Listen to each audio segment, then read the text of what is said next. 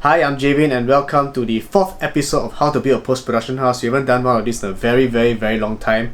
And I thought that it's appropriate that since we are still in the midst of production of the KTM episodes of Singapore Lost Railways Hunt, I thought it would be a good opportunity to give you guys a sneak peek at what happens in the edit. Okay, so as you guys know, we no longer have an office, so I'm pretty much editing the films from home now, and this is my editing workstation setup. You may recognize some of this stuff from the old office, including this desk and that drawer over there. Yep, that's the one. So one thing about our post workflow is that we have completely switched to WFH Resolve. We no longer use Adobe in our workflow because of the recent AI data training controversy, which you may have heard, and also because as our contract ended, they decided to increase the price.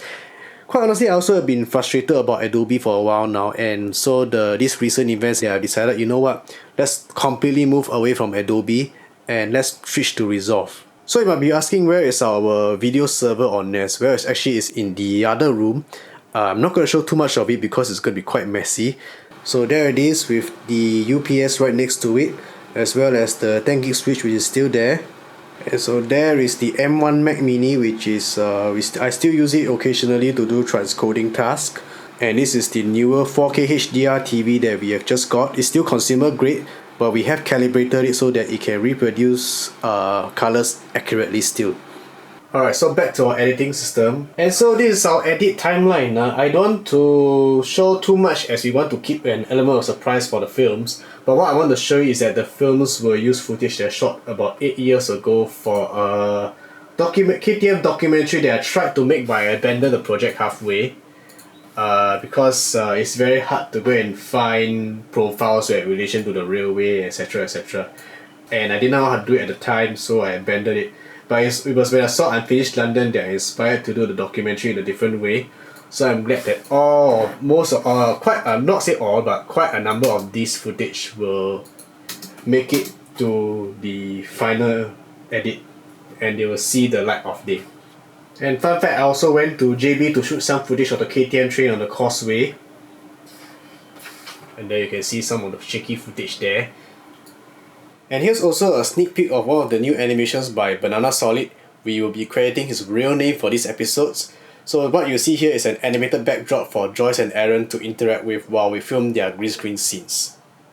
One cool thing we can show you is that we have recently used a third-party tool to run the Resolve shared project system on our Synology NAS using a Docker container. Most other production houses would set up a separate machine to run the system, and there's no official app to install on the Synology NAS. We have tried other Docker container solutions, but they have been very wonky. In fact, one of the backup scripts didn't work correctly for us, and we did lose a project file because of it. But recently we have discovered a guy on YouTube called the Bear Tech, and he had developed his own Docker container solution. It's called Studio Server, and it's been working like a dream for us so far. So I'll leave a link to the guy's channel in the description below if you want to go and try it out for yourself. Okay, so now it's time to give you guys a bit of a production update.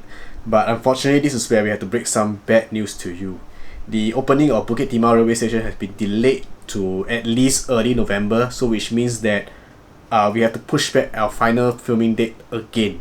We know that this may come across as a bit of a disappointing news for you all, but the railway station is a very important location that we have no alternative for. So we hope that you will bear with us as we continue to tinker on the episodes.